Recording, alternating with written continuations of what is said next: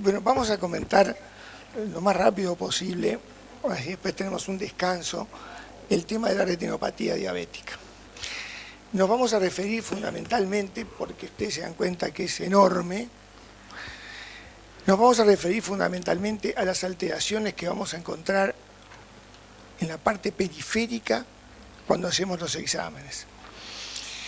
El concepto básico con el que nos tenemos que manejar es que esta es el motivo, la causa de ceguera más frecuente que hay entre los 18 y 65 años. Ahora, este tema va a seguir aumentando, o sea, todos los jóvenes que están ahora, dentro de 20 años se calcula que va a ser una pandemia.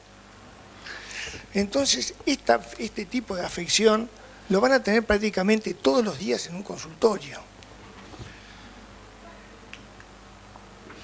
Esto ya lo conversamos, vamos a pasarlo rápidamente. Esto es lo que ya dijimos. En la diabetes es fundamental, son fundamentales dos puntos. Mácula, va a hablar Adrián, y la parte periférica, que es lo que nos vamos a referir un poco nosotros. Ustedes van a ver que los informes que reciben, hablando de diabetes, van a estar siempre con el mismo, la misma forma, es retinopatía diabética. Esta clasificación que se hizo en el año 2000 fue para poder solucionar todas las cantidades de clasificaciones que habían. Leve, moderada, severa, proliferativa. Muy rápidamente, microaneurismas, lo que acaba de decir Walter, la severa no proliferativa, con el signo del 421, y la proliferante. Ustedes van a recibir los informes, por lo menos de algunos de nosotros, en el que va a decir retinopatía diabética, plana o no, con las características, y siempre tiene que venir al lado el estado de la mácula. Siempre. ¿Por qué? Porque sigue siendo el lugar que va a explicar en forma más frecuente el déficit visual del paciente con diabetes. Ausente, presente y con estas características. Esta clasificación, como ustedes se dan cuenta, es clínica. Es clínica. Acá nadie habla de angiografía ni de otro tipo de exámenes. ¿Por qué les digo esto? Porque vamos a ver, nos vamos a encontrar con algo que a nosotros nos parece leve, pero con otro tipo de patología que clínicamente no podemos ver. Vamos a empezar a mostrar ejemplos. Este es un paciente en que si uno le encuentra un microaneurisma por ahí es de casualidad. Paciente con diabetes. Una angiografía, miramos siempre lo mismo. Polo posterior, un puntito de hiperfluorescencia, dos, se podrían plantear que son microaneurismas. ¿Se acuerdan la cabeza igual? Casi hay que interpretarlo como una neovascularización. Y el enfoque periférico que siempre tenemos que tener en una angiografía donde hay o un accidente vascular o hay una posible, o en un paciente con diabetes. Este es uno que el otro día hubo un curso allá en una charla en la cátedra y varios de los que vemos acá ya lo estuvieron viendo. Yo lo pasaba, ¿por qué? Porque es como ustedes normalmente van a ver, con opacidad de cristalino, no es nítido, no es nítida la imagen, y ya nos encontramos que ese paciente que si tenía algún microaneurisma, en una angiografía empezamos a ver estos puntitos, microaneurismas, con un poquitito de extravasación de fluoresceína. Miramos la periferia, obligatoria en toda angiografía de un paciente con diabetes o de un accidente vascular, no encontramos alteraciones. Vamos agregándole un poco más de lesiones. Un microaneurisma, otro microaneurisma, algún exudado duro. Esto, si uno mira un fondo de ojo de esto, ¿cómo lo informa? Leve o moderada, apenas. Y empezamos a ver que la angiografía nos da datos que nosotros no veíamos clínicamente. Aclaro, todo el mundo insiste que con la biomicroscopía uno puede hacer todos los diagnósticos, si tiene el tiempo y la experiencia. Normalmente no es tan así. Y acá, ¿qué encontramos? Empiezan a aparecer estas zonas de hiperfluorescencia difusa alrededor de la mácula. Miramos en la parte periférica y aparece algún microaneurisma. Nada a resaltar. Pero ya vamos viendo cómo, con exámenes de fondo de ojo muy parecidos, empezamos a encontrar patología. Observen este otro. Acá, si miramos esto, decimos que es casi que leve, tiene unas hemorragias, microhemorragias, esto es un artefacto de técnica. Y en el otro ojo nos encontramos con unos exudados duros, muy poquito. Nos tiramos de leve a apenas moderada. La angiografía, ¿qué nos muestra? Y acá empezamos a ver lo que para nosotros es importante, para el paciente es fundamental, estas imágenes. Si nosotros enfocamos en una angiografía acá y este otro sector de acá, casi que muy poquito, pero empiezan a aparecer las zonas de hipofluorescencia. Estas flechitas, invención de Hugo, nos están marcando a nosotros la dirección, o sea que esto es temporal superior, esto es temporal inferior, y acá, en el sector nasal superior, ¿qué vemos? ¿Se acuerdan lo que hablamos de zonas hipofluorescentes? Dijimos que una hipofluorescencia con una muy discreta fluorescencia atrás, entre los vasos, correspondía a una zona de no perfusión. Bueno, acá empezamos a encontrar zonas de no perfusión, que nosotros no veíamos, que no se ven en la clínica, porque no se ven en un fondo de ojo. Entonces, esta empieza a ser la importancia fundamental que puede tener una angiografía. Bueno, este es el otro ojo del paciente, un poco más. Si ustedes miran este fondo de ojo, y bueno, se ve una retinopatía diabética plana, leve, un poquito más, pero acá informamos sin edema macular ni nada. Uno mira esto y se pone a pensar, pero pará, ¿este es el mismo paciente? Porque puede ocurrir que vaya una foto color distinta. Entonces, miramos algún tipo de característica y nos damos cuenta que sí, es el mismo paciente. Lleno de zonas de no perfusión, bien claramente limitadas, en la periferia y aparte con vasculitis. Estas imágenes que ven acá del vaso, que está como diluido, es una imagen como de 100 pie, esto es una vasculitis. O sea que nosotros, observen lo que es la periferia.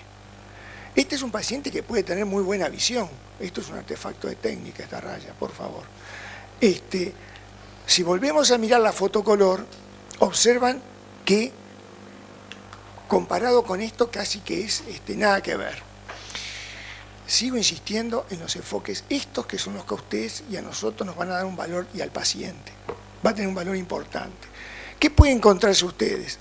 El paciente con diabetes que le relata déficit visual y que no mejora, o sea, vamos a probarlo con unos lentes, no mejora. Queda trancado en 5 o 6 décimos, 7, lo que ustedes quieran, pero no es una visión normal. Observen acá, ¿qué podrá tener? Una microhemorragia. Acá hay un exudado blando y microhemorragias y nada más.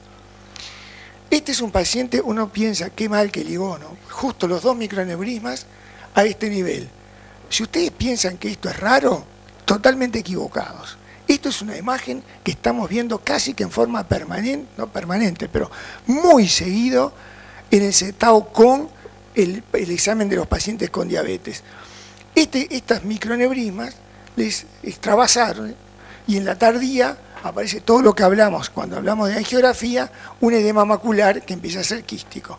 Y este paciente no tiene alteraciones periféricas, igual hay que hacerlo. El otro ojo, ¿qué nos muestra? Más microaneurismas con este tipo de visión. ¿Cuál es el tema? No veían nada en el fondo de ojo, el paciente ve menos, es fundamental hacerle esta angiografía. En esta etapa, en estas primeras etapas, los OCT tienen un valor relativo. Acá simplemente nos confirman con lo que habíamos visto con el examen cuantitativo, la zona de engrosamiento, y en la parte cualitativa empezamos a mirar las distintas etapas, no lo vamos a hacer ahora por razones de tiempo, y aparece esta zona de pérdida de la reflectividad que corresponde al edema que estamos viendo allí. ¿Qué es lo que tiene este paciente? Acá, a este nivel de las 4 líneas, hay unas zonas de hiperreflectividad. Habrá que ver después qué ocurre. Ese es el otro ojo con imágenes similares. Otro paciente más. Miren este. ¿Qué decimos? Es moderada, apenas moderada. Tiene ahí unas hemorragias, unos exudados duros. Esto está todo muy correcto. Este paciente, que si ustedes lo miran y dicen, ¿qué es esto? Volvemos a pensar, es el mismo. Pero no tiene, después vamos a ver cómo relacionamos una cosa con la otra. Pero este paciente está lleno de zonas de áreas de no perfusión, pero no solo eso. Tiene esta imagen acá, la imagen en forma de copo de algodón, que es la típica de una membrana neovascular. O sea que estamos frente a un paciente con una retinopatía diabética proliferante con un fondo de ojo, con un fondo de ojo en el cual nosotros dudamos apenas informarlo como leve. Estas zonas son típicas de isquemia. Bueno, yo con esto lo que le vamos mostrando es que una cosa es el examen del fondo del ojo en un paciente con diabetes. Ustedes dicen, pero entonces ¿qué tenemos que hacer?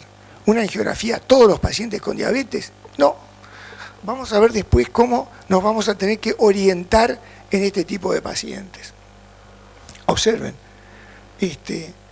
no sé, microaneurima, 2 microaneurismas, ¿verdad? No se llama más nada, proliferante. Yo con mostrarles estas dos, les mostramos todos nosotros estas dos, es para que vean que es absolutamente frecuente esta imagen. ¿Y por qué es importante? Y bueno, porque si ustedes se acuerdan que se calculaba hace unos años que el número de ciegos cada 100.000 habitantes por año era de 5, en este momento ya está en distintos lugares, acá no, pues no hay ninguna encuesta, pero en otros lugares ya están llegando a 8 o a 9 o a 10, o sea que esto va en aumento, era lo que le decían los jóvenes, ustedes lo van a tener que vivir todos los días. Este es un examen de un paciente es más o menos lo mismo. ¿Ah? Seguimos.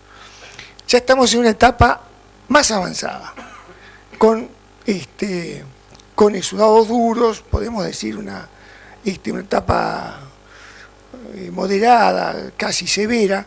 La imagen de este paciente con cambios maculares es la que ya vimos, por eso vamos a seguir. ¿Se acuerdan que vimos esto? El edema de mácula leve, el edema de retina, en panal de abeja, así se dice, y este otro. Va a hablar posteriormente Adrián de este tema. Aquí ya estamos en con una retinopatía diabética que ya estamos dentro del grupo de lo severo, igual que esto. Y acá vamos a encontrar, ya en esta etapa, por eso que la vamos a pasar medio rápido, es obvio que vamos a encontrar todo esto. Hasta se puede dar el caso que veamos un OCT que está dentro de límites normales. Si miramos las 4 líneas se ven espectaculares acá. O sea que esto, arrancamos para el otro lado. Es el paciente que con muy buena visión, los médicos de medicina general o algunos endocrinólogos lo mantienen sin enviar a un control oftalmológico. Total, si ve bárbaro. Pero miren lo que pasa. Y esto en poco tiempo vamos a ver en qué se transforma. Este es el otro ojo del mismo paciente. Esta imagen simplemente es para mostrarle lo mismo. Este paciente acá, ustedes dirían, mirá, no tiene signos más que una moderada, y cuando lo miramos, nos encontramos con una proliferante a este nivel. Simplemente acá para mostrarles a los más jóvenes la imagen de lo que es un bucle y de las venas en forma de rosario. Y a su vez, para que todos vean en la parte periférica lo importante que es todo esto, las imágenes de una vasculitis típica, o sea que este paciente con diabetes tiene aparte otro tipo de patología agregada. Ya acá es una proliferante, los jóvenes que me perdonen, pero con una hemorragia preretiniana con la forma típica, lo vemos la hipofluorescencia total frente a zonas de isquemia, ¿no es verdad? Son zonas de no perfusión.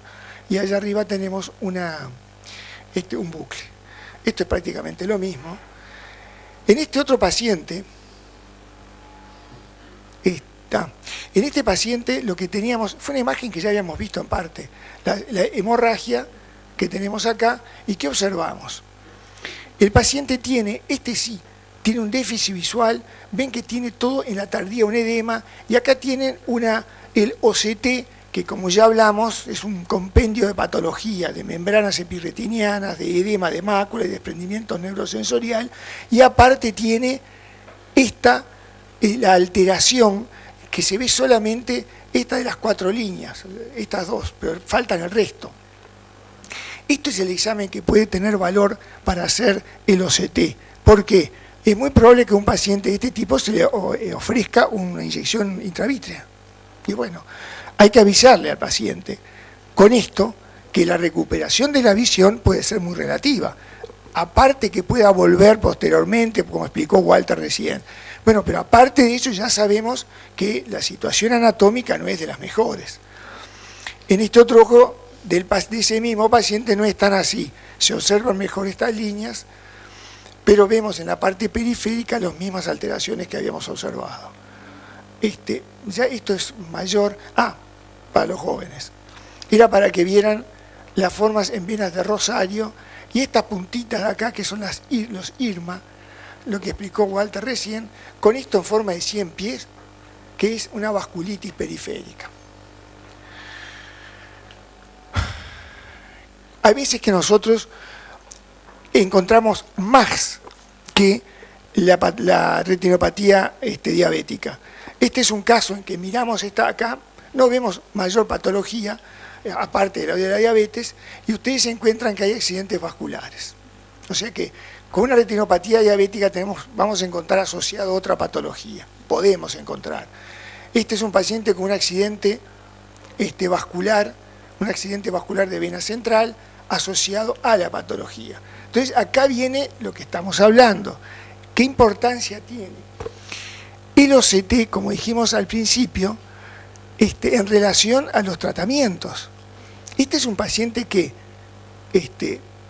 lo más probable es que se le plantee por el accidente vascular, por el edema, etcétera, etcétera, porque se dice que a veces el rayo láser acá no funciona, una inyección intravítrea. Bueno, sí, se le puede hacer, pero al paciente hay que aclararle cómo está la situación esta.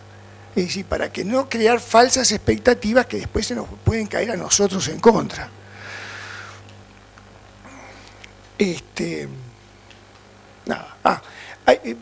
Asociado a una retinopatía diabética, nosotros nos podemos encontrar con una membrana epirretiniana. Este es un ejemplo. Este es un paciente vitrectomizado, que está bárbaro. En el polo posterior prácticamente hay cambios pigmentarios, pero acá no observamos nada. La angiografía, ¿qué nos muestra? Que hay estas líneas de tracción, estamos en este sector, y estas líneas que están indicando la existencia de una membrana epirretiniana. El OCT que nos muestra un síndrome de tracción vitreoretiniana típico, está traccionado toda esta periferia. Este es el otro ojo del paciente. En este otro paciente ustedes tienen, hemos ido mostrando cada vez más graves, ¿no? Mayores lesiones. No se ve con nitidez, hay patología, cicatrices de fotocoagulación, y a este paciente se le hace una angiografía, están las cicatrices, y acá hay líneas, zonas de tracción. Fíjense ustedes. Pero ¿qué ven acá? Acá se ve prácticamente las 3 líneas. O sea que este es un paciente que no le van a poder hacer, o se le podrá hacer una inyección de Avastin, pero con estas síntomas tienen que tener previamente, perdónenme que vuelva para atrás, a este paciente con déficit visual ustedes pueden decir, bueno, hay una retinopatía, se le hace Avastin, pero con esto no va a tener mayor resultado. Y sí, ¿qué está indicado acá? Una vitrectomía, porque tenemos todas estas capas sanas que uno tiene una expectativa que el paciente pueda tener buena visión. De ahí ustedes ven el valor que tiene, lo que habíamos dicho, no en las etapas primarias un OCT, cuando recién larga con la angiografía, porque el OCT no da zona de isquemia, pero sí ya en etapas evolutivas, es lo mismo en colores. El otro día a ustedes, allá en los más jóvenes, les puse esta angiografía y les dije, hagan autocrítica y hagan crítica. O sea, si ustedes la miran, con la autocrítica ustedes pueden razonar, a ver qué veo por acá. Y con la crítica tienen que decir que esta foto no tiene la periferia hecha. ¿Está? Y salió de acá. Por lo tanto, es algo que ustedes tienen obligatoriamente que pedir la existencia, que pedir el enfoque periférico. Por eso es que lo quería mostrar a propósito, para que ustedes razonen cada vez que les llega una angiografía. Esto es más o menos lo mismo que hemos estado hablando. ¿Para qué nos sirve a nosotros, además, una angiografía? Nos sirve para hacer un control de los tratamientos. Ustedes miran esto, está tratado con el rayo láser, el nuevo, el Pascal, un enfoque acá posterior, todo bárbaro. Hay sectores que no están tratados. Es decir, no es crítica, por favor, puede ser que haya que hacerlo posteriormente, pero les quiero decir, es importante, cuando nosotros queramos ver el resultado o cómo fue hecho un tratamiento con rayo láser, el enfoque, pero con el enfoque periférico.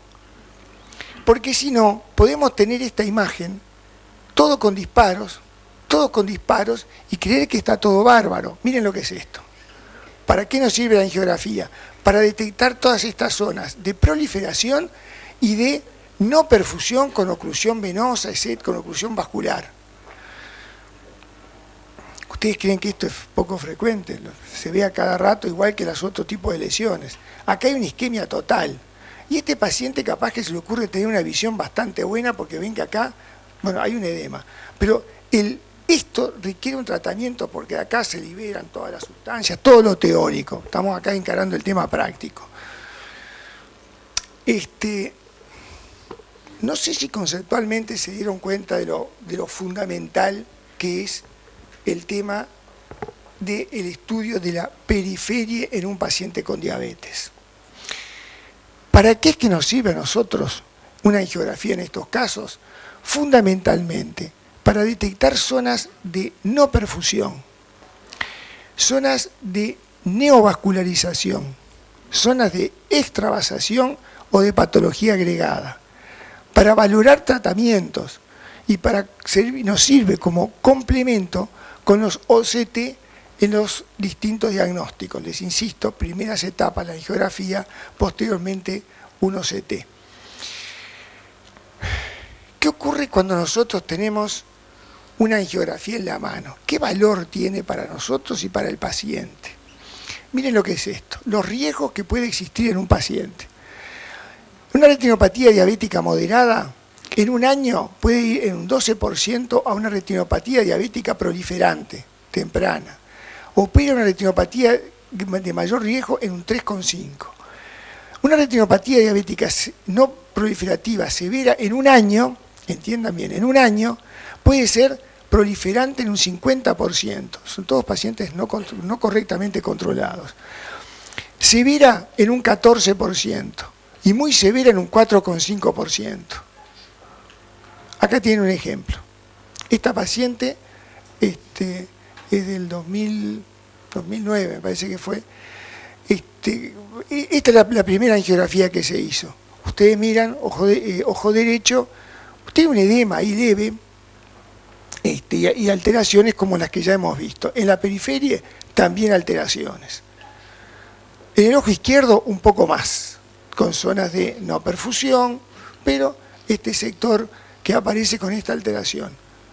A la paciente, desde que se le hizo ese examen, en el 9 al 2010 y poco y algunos meses, se le hizo un tratamiento con rayo láser y en un año y pico, no sé si se acuerdan, pasó a tener un edema quístico severo. Esta paciente con este ojo no ve, ojo izquierdo.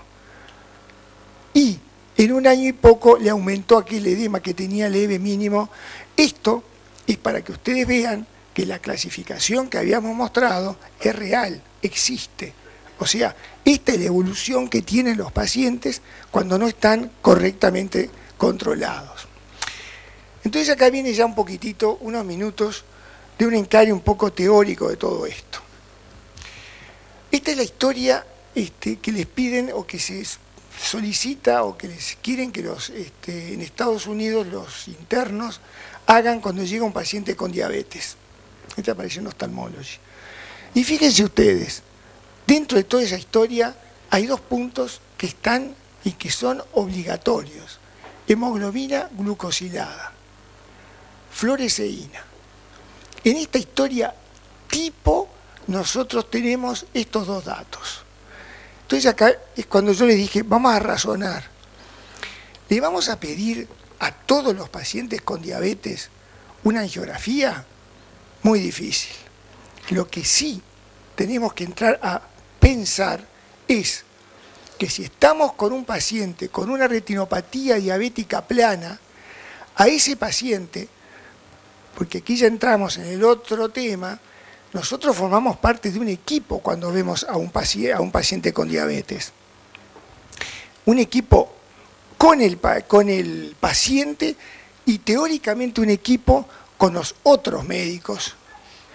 Es un equipo que no tiene a Tavares, no lo maneja nadie el equipo de un paciente con diabetes, y ahora lo vamos a conversar muy rápidamente. Seguimos en este tema. El paciente está con una retinopatía plana. Ustedes vieron que en las angiografías les está llegando siempre lo mismo. Tratamiento. Lo más importante es el control metabólico. ¿Por qué? Con hemoglobinas en determinados valores. ¿Por qué?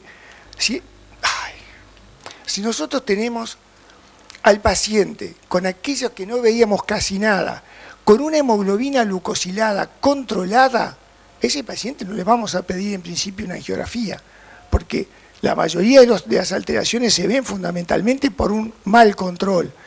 Si el paciente no tiene un control o sabe lo que es la hemoglobina glucosilada, pero la tiene mal a ese paciente y al paciente que no sabe qué es la hemoglobina glucosilada, yo creo que hay que pedirle una angiografía.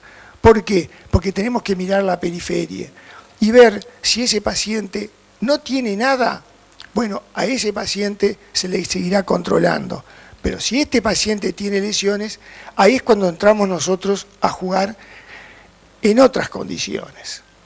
Tenemos que decirle al paciente, es obligatorio. No se olviden ustedes que el paciente con diabetes, el tratamiento son 4 puntos. La medicación y el control que tiene. La dieta, el ejercicio y la educación. Punto. Es eso, no hay otra. Esto forma parte, y cada vez se le está dando más importancia a la educación.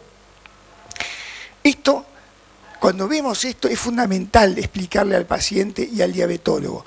Nosotros somos los primeros, entiendan bien, los primeros en poder detectar una microangiopatía. Los primeros que la estamos viendo. Y lo vemos en etapas iniciales. Esta microangiopatía que mostró Walter correctamente, que va a terminar en la proliferación y en el paciente, en ese número de 10 ahora, cada 100.000 habitantes por año que quedan ciegos. ¿Con qué chocamos? Con la pregunta que el otro día me hizo, hace 2 días, o con un comentario que me hizo Patricia. Me siento boba pidiendo hemoglobinas glucosiladas. Nadie las pide, se siente rara. Entonces, pero miren, observen, pero sí, está. ¿Por qué? Y acá es donde empezamos con el tema, que no es un delirio total. La hemoglobina glucosilada en este momento está considerada como el primer examen para hacer un diagnóstico por la American Diabetic Association. No sé si el otro día estuvieron ustedes en la charla, los que estuvieron en la charla de la cátedra, sí, en el Caribe, algunos jóvenes estuvieron por allá, ¿no es verdad? No sé si vieron que una médica endocrinóloga, que es la grado 5 interino, hizo una serie de comentarios con respecto a nuestra actividad y a la actividad, y a los controles, mezclando la actividad endocrinológica con la nuestra. Dentro de los comentarios que hizo, uno de ellos fue que la pérdida de visión era la etapa tardía de la diabetes. Otro comentario que hizo que bueno, uno tuvo que decir algo, fue que a la retinopatía diabética la controlaba el oftalmólogo y el optometrista. Fue una puñalada le tuvimos que responder. Pero otro tema que dijo, de otro tema que habló, fue, en este momento, en Estados Unidos, la ADA puso a la hemoglobina como el primer examen para poder hacer un diagnóstico. Hay toda una explicación, no es ahora este momento. Pero acá no se hace.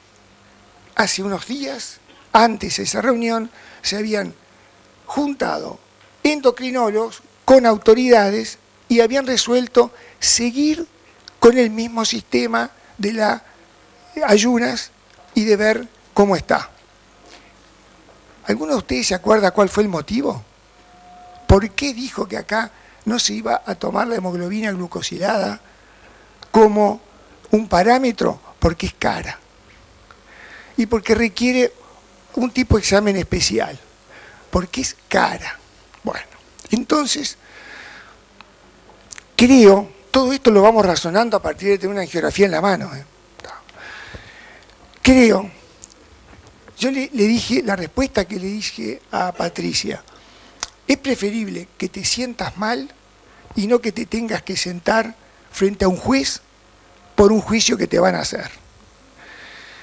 ¿Por qué? Nosotros tenemos la alternativa, con esa angiografía, de ver un pronóstico en un paciente. A ustedes, en la práctica diaria, les va a llegar el paciente con 2 acompañantes, ya no vidente, o viendo mucho menos, o con una ceguera legal, se sientan adelante de ustedes y le va a decir, soluciónenme el problema, doctor.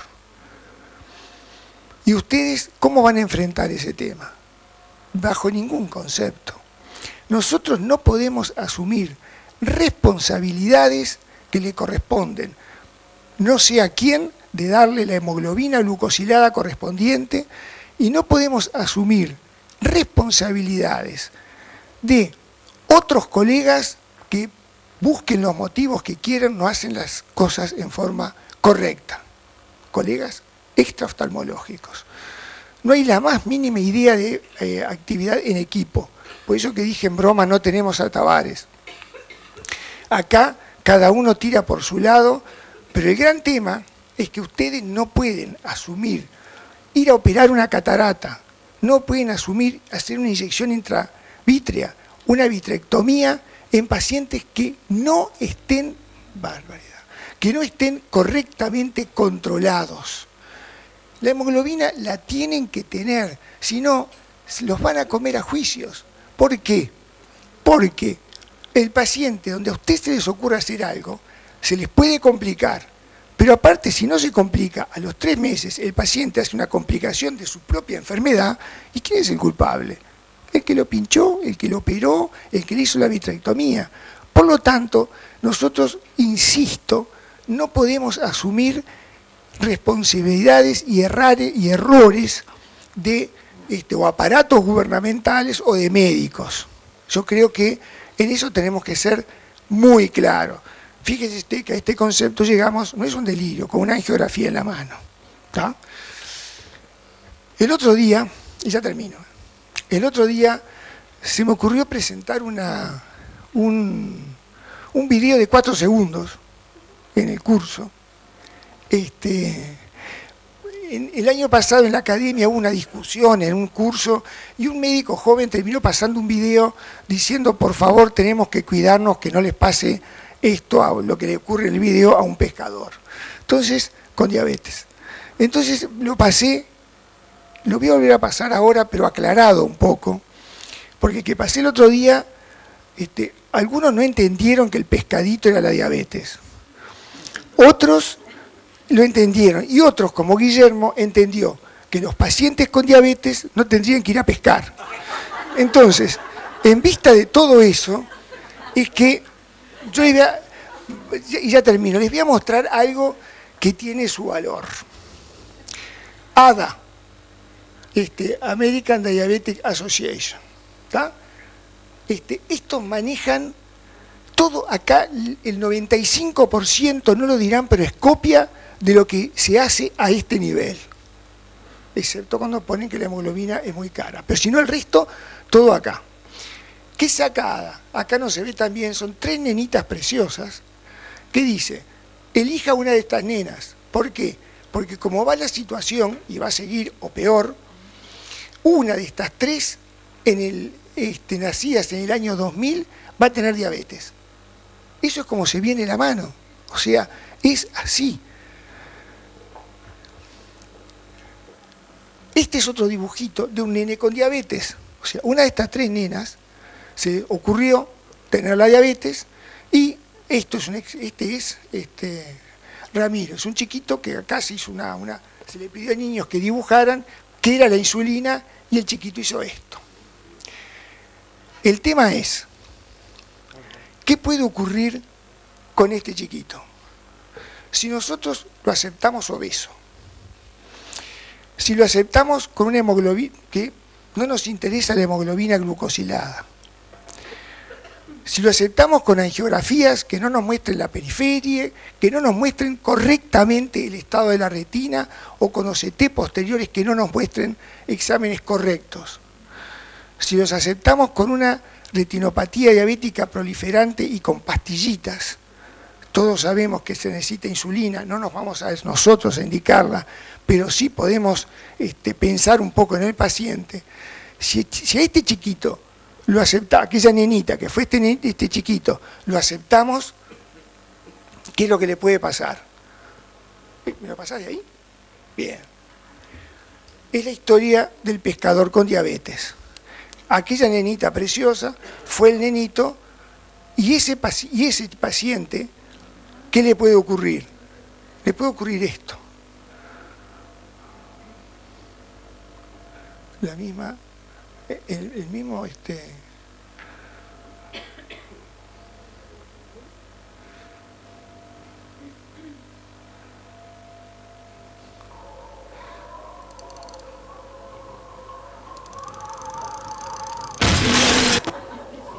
es tragicómico, pero es real. Con una veda y sobra. Si nosotros actuamos de esa manera, le va a pasar esto al paciente. El gran tema es que no nos pase también a nosotros, porque si nosotros no hacemos las cosas correctas, el pescadito en los juicios nos va a comer también a nosotros. Bueno, yo el otro día les dije que con que 5 de ustedes, cuando entre un paciente con diabetes, lo miren y piensen, a este se lo puede comer el pescadito, y actúen en forma correcta, me sentía totalmente satisfecho. Ahora vamos a poner 10. Y creo que en ese caso la charla puede haber tenido valor.